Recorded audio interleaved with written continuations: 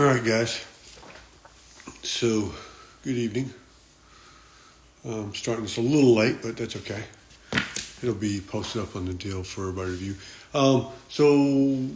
We talked about, the troop leading procedures. It was a linear ambush was the mission. So we'll segue into a linear ambush with a storyboard. So also remember, these boards I'm showing you, these are the kind of boards that you use in leadership schools to brief, that's why if you notice that you have these blanks next to positions so you can personalize them, such as when you talk about, the locations, of, the locations for, the A-team leader. So you got the ATL, you got a blank for the name, rifleman, the AG, the machine gunner, the squad leader, RTO. You got blanks for the names. You got blanks for the locations of the security halts and also the, ORP, and of course, and the location of your linear ambush, your tentative location. But anyway, so if you notice, it's color-coded. So yes, Alpha team is blue, squad headquarters is yellow, and of course, the Bravo team is green in this one. So basically, you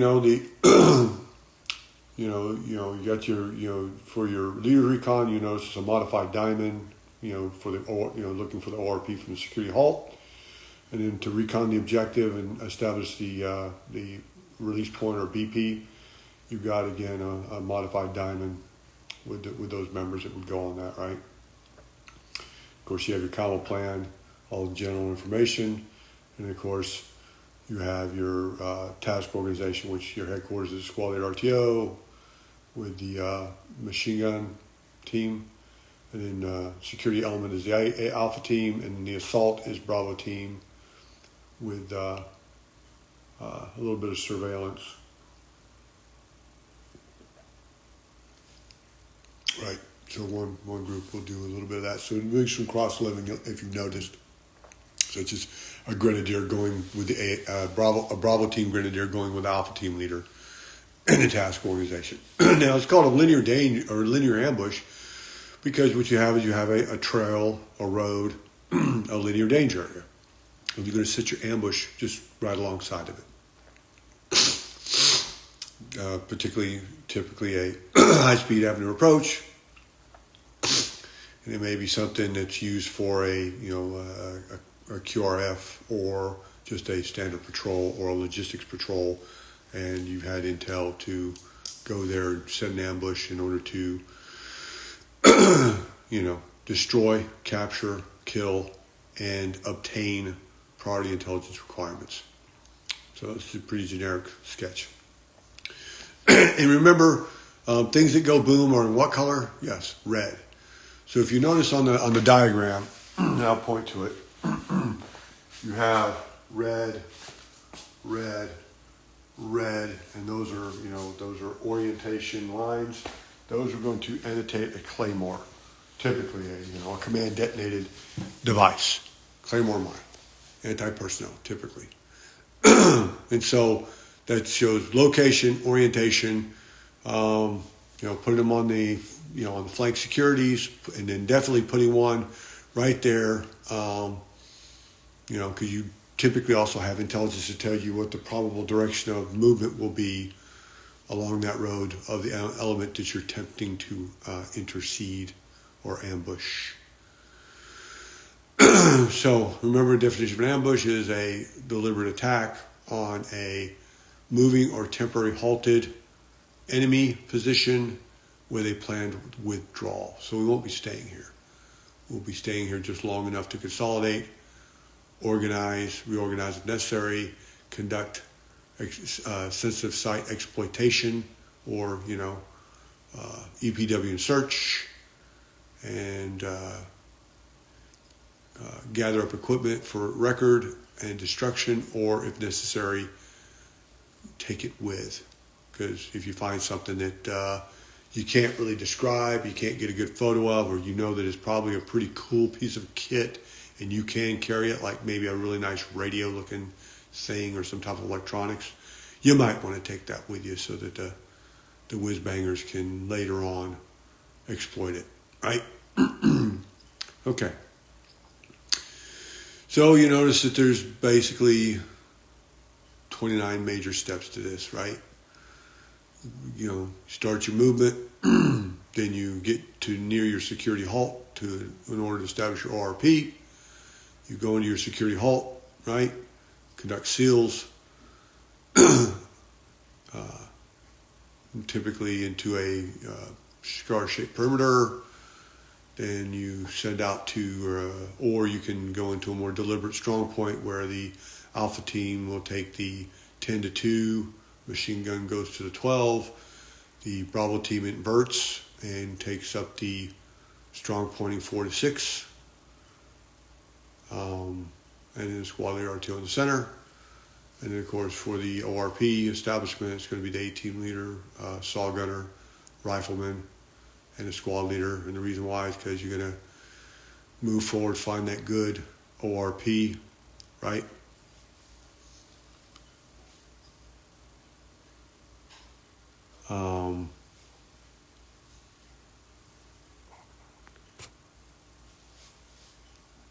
Anyway, and then when you find it, making sure that it's not along near a probable or high-speed avenue approach or lines of drift or exposed, and it's defendable, but it's not going to be key terrain or important terrain, right?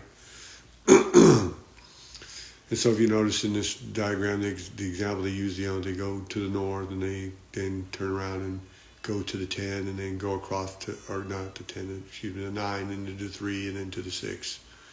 And then leave 2 people at the 6 o'clock, the rifleman, the automatic rifleman, the saw gunner, and the ATL. And then the rifleman will go back with the squad leader, because you want to leave a leader with that and then pick up the rest of the squad or maneuver element and then move to the 6 o'clock position. And then again, occupying strong point, placing the machine gun where you most likely think that if you're going to make contact, you're going to make contact. And of course, making sure when you establish, if you notice, even the security halt, if you have a saw gunner at 10 o'clock on one side of the perimeter, on the 180 degrees on the 4 o'clock, you have the Bravo team saw gunner. And that way, you have machine guns on, to the east or west, as well as one north. And then the grenadier will go to the opposite sides of the saw gunner with the rifleman. So what would dictate it? I would tell you that what would dictate it for me, I would put I wouldn't think so much where I put my automatic rifleman. I think so much as where's my grenadier going to get the best effects with his grenade launcher. And then based upon that guy covering like a lot of dead space, I'm going to put the AR on the other side where there's not so much dead space, because it's a grazing weapon, grazing fire weapon, and so you don't want a lot of dead space, and you want to cover dead space with a grenade launcher because it can drop rounds in. So that would be my planning consideration. But anyway, and then you've established the ORP, and then what do you do to get in the ORP? Well, we begin, assigning sectors of fire, priorities of work, prepping men, weapons, and equipment, as well as getting the leader's recon, right, prepared to go out and establish, where we're going to put the actual ambush site, right? Make it, instead of a tentative or vicinity grade, make it an actual pointing place where we're going to go ahead and be the best place to ambush. And where do we want to ambush from? Well, we want to ambush from where we can have good clear fields of fire, but yet have good cover and concealment, so that we can get them right in the kill zone and then stop them, kill them, and prevent anyone from easily reinforcing and sealing off that kill sack. That's where we want to have them. That's what we're going to look for. So also we're going to look for a good release point, out of sight and sound, and so that we can get in there and Now, some people, it depends on if you're going to come back to your RP. If you're going to come back to your RP, well, you can do your ruck plan in your RP, right? However, some people, what they're not going to do is they're not going to go back to their RP after they do the ambush. They're going to head to an in-route rally point and then consolidate information there, which is a smart idea because you've already ambushed the place. You want to get out of there quick before they call for indirect fire or counter attacking forces want to arrive. So in that case, in this plan, they're planning on putting the rucks at the release point, dropping rucks at release point, and then you put them in a specific order so that they're easy to get in and out. Now, you don't worry about whose ruck you got; you'll sort that out later. But you want to get them where you can line them up, get them, conceal them, but on the way back out, you can assemble there, grab them, and then get into formations, get accountability, and then move to your next in-route rally point in order to disseminate information and report higher, and then get change of mission, or move back to your friendly forward unit. So typically, when you go out in those leader recon, of course, remember, anytime when you leave from the security halt to the RP, you got to give go TWA, your 5-point contingency plan. When you go send out the leader recon from the RP to establish the release point, as well as security points and the main assault, and then the support by fire. Same difference. You're going to go ahead and again go TWA, right? And why? Well, what happens if you're out there doing your recon and suddenly you are attacked? Well, you got to do something, right? So what are you going to do? That's what you go TWA is going to go ahead and help you come with a plan so everybody knows what they got to do. So things become less of a reaction and less of a paralysis because of indecision. So in most cases, depending on the size of the element, let's say that you get out there and you make contact with an advanced guard element. Which would be a small element. You're probably going to want to go ahead and engage them quickly and kill them and get whatever intelligence you can, because now you got to leave. Now it's over. Which would mean that the reader's recon comes in contact, and everybody else then goes willy-nilly, grabs her kit, moves to the sounds of battle, gets into an assault line, and then puts out some flank security in order to continue through the objective, right? Which is, that limit of advance, which is across the road, right? Now, if it's a main body force, well, you make contact, you're going to break contact.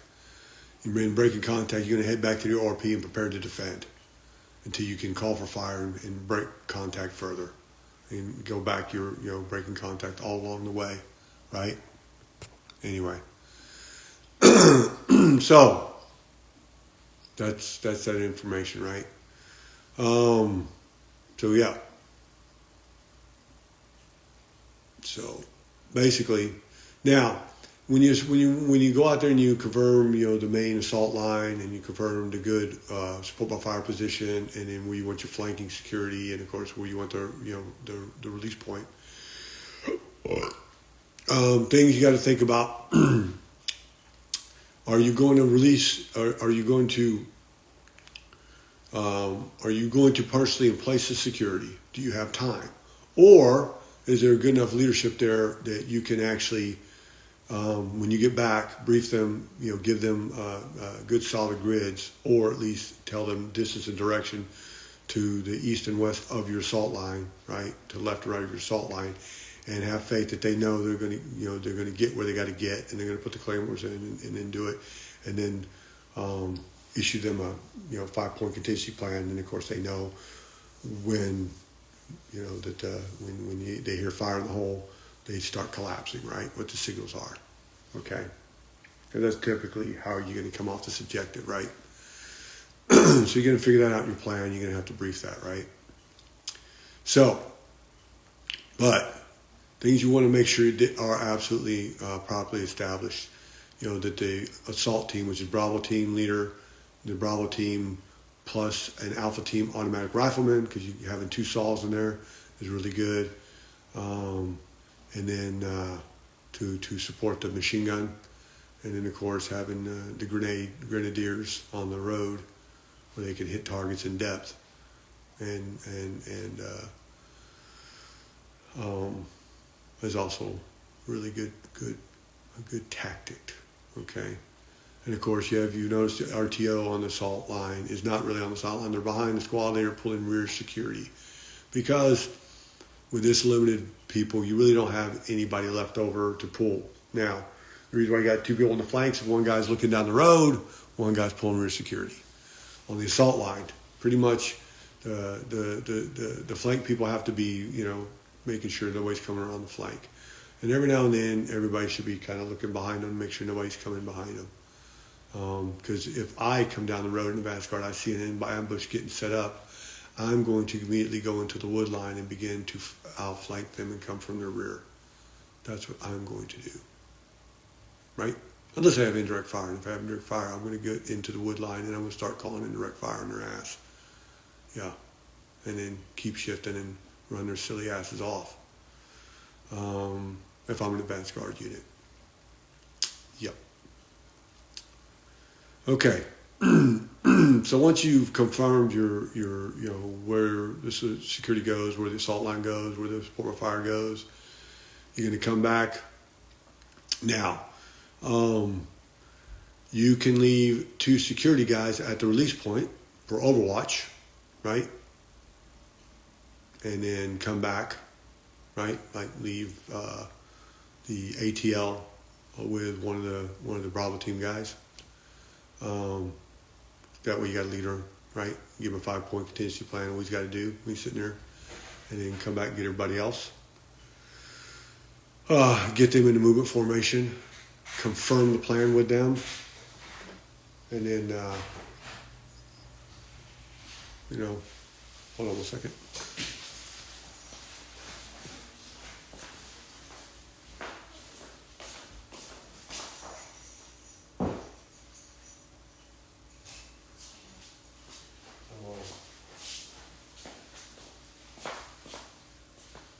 Anyway,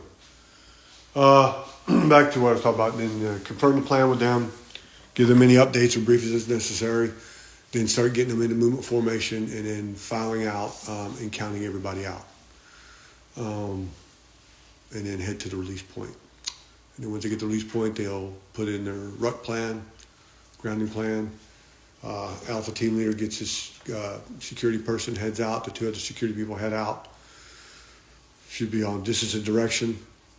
They hopefully don't walk all the way to the road, which does happen sometimes. Because particularly you want to put an ambush in limited visibility. So it gets dark, depends on what your night vision looks like, and how much ambient light you have. It's going to tell you a lot of things. And then of course, comms, you should have either op skids or phase code words that you can give so that when the left and right security are set, claymores are set, right? The Bravo team assault is set. Of course, they must be given their sectors of fire, left and right limit. At night, if you could put, I've seen a technique where guys would bring aiming stakes and not pound them into the ground, but push them into the ground, not make a lot of noise. And they'd have, on that would be some 550 cord to keep them from shooting too high, keep their muzzle level and keep them from shooting high. People tend to shoot high at night, even with lasers. Yeah. And then, of course, also, if everybody has lasers, it gets really busy out there because laser discipline, right? So people just have those things on, and you think you're looking at your laser, you're looking at your buddy's laser, you just got to look at that. But the thing you'll know is that who initiates the ambush? Well, hopefully it's the squad leader, and hopefully it's based upon a trigger line or a signal such as shooting the claymore. So, the claymore is in place. The squad leader should have the claymore clacker. And when the claymore goes off, everybody shoots within their sectors, right? At positively identified enemy or enemy targets or enemy equipment, right? So we don't just shoot indiscriminately and blast the place, but we do want to make sure we are looking down our sights and we are absolutely engaging an enemy, right? Or a vehicle, right? Now, do the security fire off their claymores? Not unless there's follow-on forces, right? Hopefully, they just can quickly recover their claymore, but they'll keep their claymore in place until they hear a fire in the hole, right? Okay, so there's two thumbs of thought here. Sometimes they'll take the security and pop them out on the road once they start assaulting or assault to the other side of the road. I don't necessarily am a great favor of that. If you can cover the other side of the road without going over there, you don't have to go there.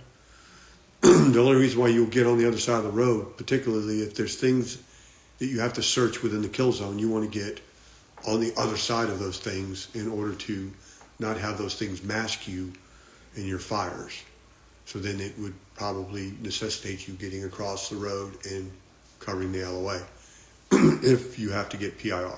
And the only way you're going to get the PIR or real good PIR is you're going to have to search the guys. Right? You got to check pockets. You got to look for pocket litter. You got to check pouches. Get a good idea of what their ammo count is. Right? How much ammo that they had. How many mags, how many ammo, how well equipped are they? Excuse me. What is their average individual equipment? How are they armed? What are they armed with? Right? That kind of stuff. And you're only going to really get that by getting your aid or your EPW search teams across. And who knows, you might actually get an EPW out of it, which is a good piece of information. So, so when the enemy gets to the trigger line, the squad leader initiates his claymore or throws a hand grenade. That's another way of doing it. Or puts a tug line on the machine gunner and gives him a good tug, and the machine gunner opens up again with the most casualty producing weapon system that you can muster. And people might think, well, machine gun could cause more casualties than claymore. Not instantaneously. Claymore is a pretty savage piece of equipment.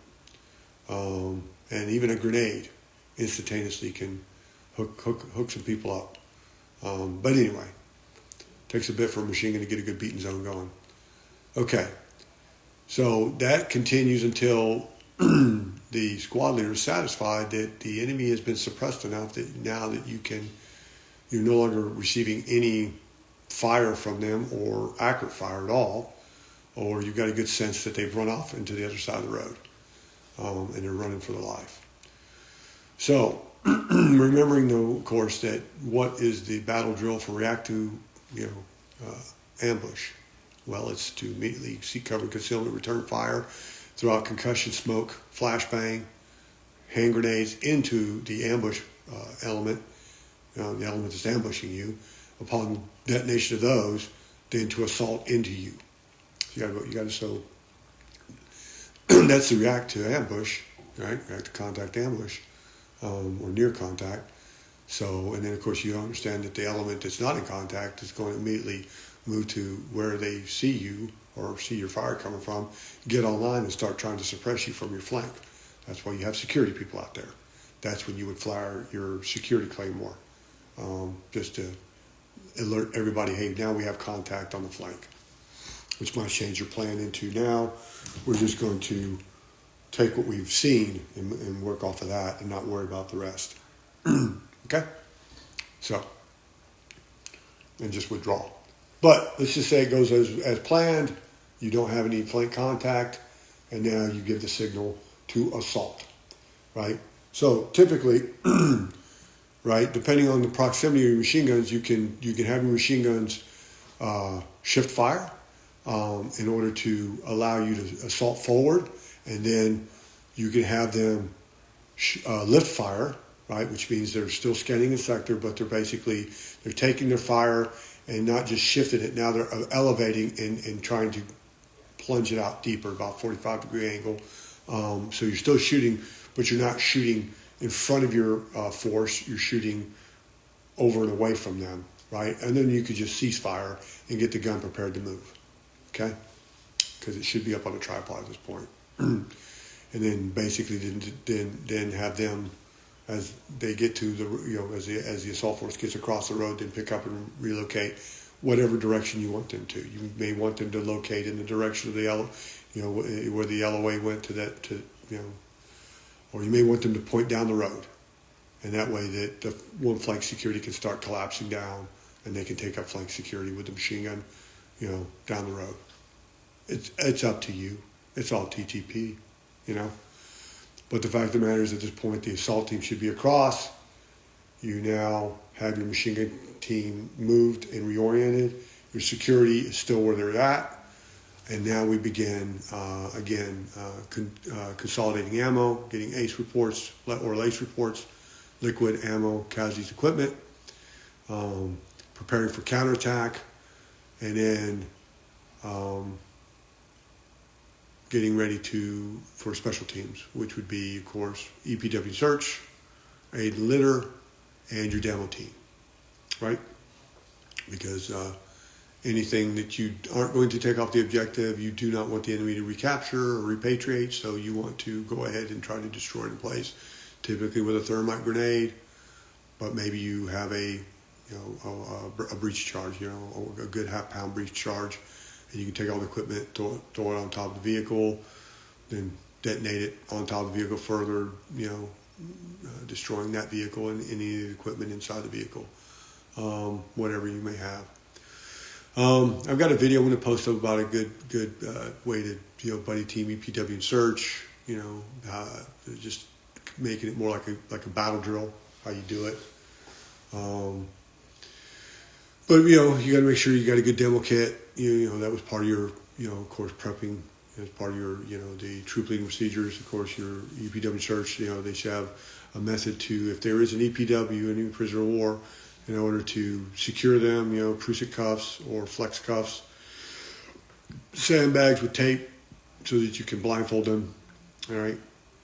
It's kind of hard to run around with a sandbag on your head. It's kind of hard to breathe. I mean, you can breathe, but, it's kind of hard to breathe, so they're not going to be so anxious to kind of run away and possibly suffocate or pass out. Anyway, stuff like that. And of course, your aid litter teams, they got their CLS bags. And then, of course, somebody should have a skidco. Be prepared to deploy that if necessary. It's a rigid litter, that you can drag people with, right? Made by the Skidco company. That's why it's called a Skidco. And then once you get across, once you've finished consolidating ammunition and all that, and treating any casualties that you needed to, and you have prepared for a counterattack, that's when the squad leader, at that point, should go ahead and call out the specialty teams to start getting ready. So first would be the EPW and search.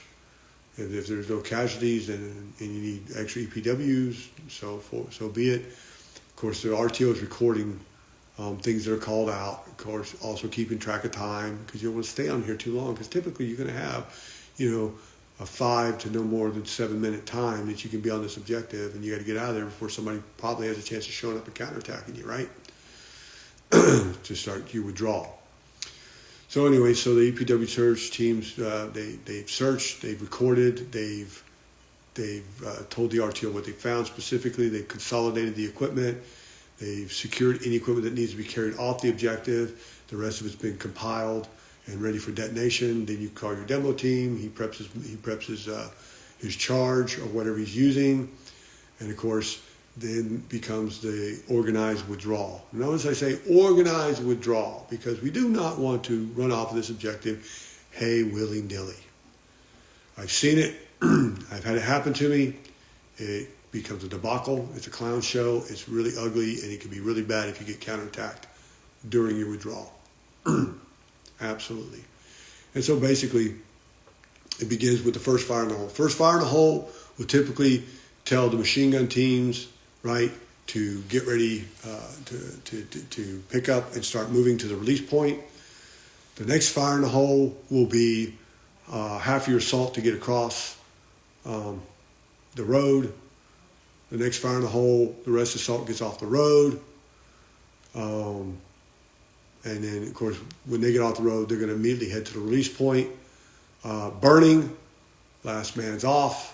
The demo team with the squad leader RTO, and that means that the security element should be moving. So that first fire in the hole, those security teams should have gone out and pulled up their claymores. Second fire in the hole, they should have got ready in movement formation to move.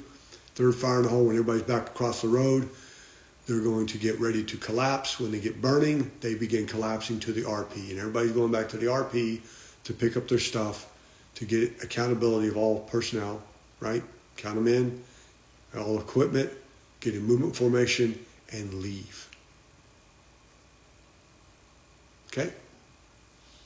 And of course, when you get into that, then you give your your phase line or ops kid that you've completed the ambush and you are heading to your next rally point, your in-route rally point, right? Your RP. Or you're heading back to the friendly forward unit in order for link up, right? Which means we'll probably have to talk about link up next time. So remember some things, the good control measures that that you're going to stop for your security halt to go establish your ORP, typically limited visibility 200 to 400 meters from your objective area, and good visibility 400 to 600 meters. Your RP will be in limited visibility 100 to 200 meters from your objective area. Good visibility 200 to 400 meters, or sight and sound. Again, noise discipline is paramount because it's the element of surprise. And then, of course, the other thing is you got to make sure when you get to there to disseminate to everybody in the patrol everything that was found on the objective, how many enemy, the full salute report, or the size of them, how they were equipped, right? Anything that was found on them of any reasonable intelligence value, maps, overlays, diaries, stuff like that. And then, of course, any other piece of equipment that you may have carried with you, because, again, it might be something really kind of weird looking and you've never seen it before, and you probably couldn't describe it, and it's probably something that should be exploited by, reverse engineering. So you want to take it with. And then that's about it. That's a linear ambush. It's pretty simple. Not a lot to it per se. A lot of moving pieces. That's why you have to rehearse a little bit, so you can see where the bugs are. You can see where, you got to, rehearse your special teams, rehearse, security going in, rehearse employing a claymore and quickly recovering a claymore, all that stuff, right? It's important to make sure, part of your troop leading procedures. Yeah. So that's linear ambush. Now, let's say you go out here and you're set up to do a linear ambush, right? But yet, you kind of discover you got this really cool bend in the road, right? 45 degree or more bend in the road. Well, then you can take your linear ambush and you can kind of fraggle it and put it into what we call an L-shaped ambush, which means you're going to put your, where your machine guns are at, right here, they're kind of getting an oblique grazing fire. In this case, you want to get them almost pointing straight down the roads, so you can get what they call enfilade grazing fire, which is a fire in depth along the entire length and depth of the target, which is just absolutely devastating. And it's probably the most or the best use of a machine gun ever known to man is enfilade grazing fire. Second best is plunging fire. But first best, absolutely enfilade grazing fire. You just mow them down like bowling pins. So that's what you do with that, right? You fraggle it. And then, of course, your security team's going to probably be out of sight and sound, eyesight of you, but the machine gun team could probably still have contact with them, which is cool. that'll help you out quite a bit. And of course, yeah, the squad leader is more towards a machine gunner because, again, that's your backup. Because remember, if you hit your claymore and it doesn't work for some reason, which, I like in the movies how the old claymores, they used to have to clack them 3 times just for, I guess they probably weren't so reliable. I've never clacked a claymore more than once and it not go off. But then again, I've also taken claymores and non-electrics would prime them with shock tube, with a blasted cap and on shock tube, and command detonating them. And I've also set them up where with a battery, and then breaking the wire with a clothespin, and then use a spoon as an insulator, so if they hit the tripwire across the trail, it'll detonate it. I've done that too. That's a pretty good little nifty device where it's victim operated, and then or you could actually do the same thing as a switch, but put it as a pressure plate. And again, good 9-volt battery will just, it'll set off whatever you've primed, whatever cap you've used, electrical or in particular. But yes, I've done non-electrical. I've done also time delay, which are pretty cool. You just got to dual prime those because if your pre-cut time fuse, your NDI, kind of hinky, you don't want to go down and investigate and then eating that thing because it didn't quite go off like it was supposed to. Because the 4-minute delay was really more like 4.5 minutes because of humidity. So it's always good to have it dually primed with command det as well, so that if it doesn't work, you can then still hit use the electrical or use a shock tube. I prefer the shock tube. It's very reliable. It's almost instantaneous. But anyway, so that's pretty much about it. If you have any questions, you can direct message me. Basically, I'll take these boards and I'll post them up as files, so that if you guys want to look at them with the script, the formal script that goes with these. But anyway. But yeah. So your action objective is kicking it off, doing the assault, killing everything in there, and then withdrawing it. Like I said, your withdrawal.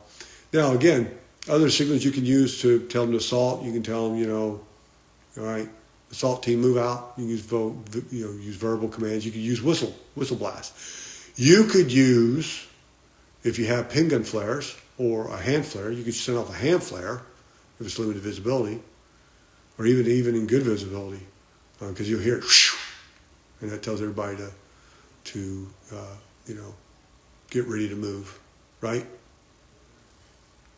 And so, and the good thing about shooting a flare, whether it's a hand flare or a pin gun flare or single flare, it gives you a chance to do when you go into a lift fire mode, to just kind of hold your fire, look to see if there's anything you need to still shoot at, right? If you're getting any resistance, or again, orient yourself a little bit to what's out there before you start zooming across, assaulting across that objective into the limit of advance, right? Anyway, it's something to think about. Now, if I was doing this in good visibility, one thing I'd probably do before we assaulted across, I would probably obscure the objective with some smoke, like before we head out. The first signal I give like a whistle blow to have the team leader to throw out a cloud, heavy cloud smoke, because that way I want to obscure as we're assaulting, so that if somebody did go in my limit advance area, did break contact over that area, they wouldn't be able to take pot shots at us as we assaulted across the danger area. I would obscure in good visibility just to give me an advantage to get across there, that open danger area, that linear danger area, into a wooded area across the way. And then by the time we have to do EPW search and all that smoke's gone. So we can still get out there and do stuff. And I have my false security established. So that's something to look at as well. That's a good tactic on that. Anyway, so that's really what I got. Hopefully it's been informational. helpful, okay? And again, right? Just like if you get compromised en route, typically you're going to break contact. If you get compromised while you're set on the objective, in other words, they detect that you're there, they hit your flank security, right? Well, now you're really into a more of a react to contact, near contact. So you're going to have to execute an appropriate battle drill and fight. I don't think you're really going to be able to withdraw, and you really don't want to leave your flank security out there to sacrifice. You want to go ahead and reinforce them and attrit them. And if you plan this thing right, especially with indirect fire support, you're going to be able to shift targets onto them and start suppressing them quickly with IDF. And then once you get fire superiority and you've got them to break contact, then go ahead, break contact. Because remember, what we're trying to do is this is an ambush. There is a planned withdrawal. We're not keeping this piece of terrain. We're going to kill enough of them in order to get some intel, and then we're leaving, regardless. We're always going to leave, okay? But don't necessarily have to break contact and leave fallen people. You don't want to do that, right? So that's a problem. That's the thing you got to always worry about when you're in a small element. You take casualties. You become fixed pretty quickly, right? Because you don't want to leave the guy. We don't do that. We never leave a fallen comrade. So, yeah, you become fixed pretty quickly. And then that puts you on the defense. Then it gets real dicey. All right. Okay. Well, that's my class for this evening. I hope you guys have a good evening, and then I'll put up the EPW search videos, and then I'm gonna again post some of these up also up on the No Shit Leadership podcast on Spotify as well. All right. So enjoy the rest of your Saturday. And it's almost Christmas. Beat the hell out of Christmas. Adios.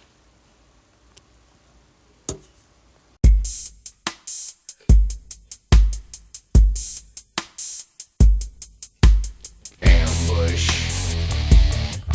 It's an ambush. A fucking ambush. It's an ambush. I'm gonna hide in the bushes. I'm gonna hide in the bushes. I'm gonna hide in the bushes and shoot you when you walk by. Ambush. I'm gonna set in the claymore. I'm gonna set in the claymore. I'm gonna hide in the bushes and daisy chain the claymore. Ambush.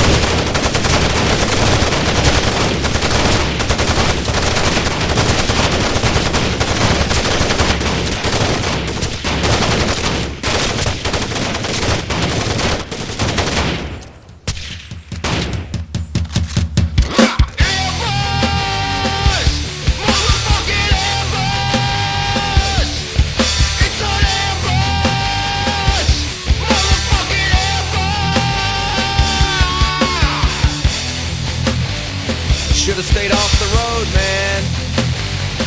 I guess you'll plan better next time. Oh, there is no next time. Thanks for the MREs.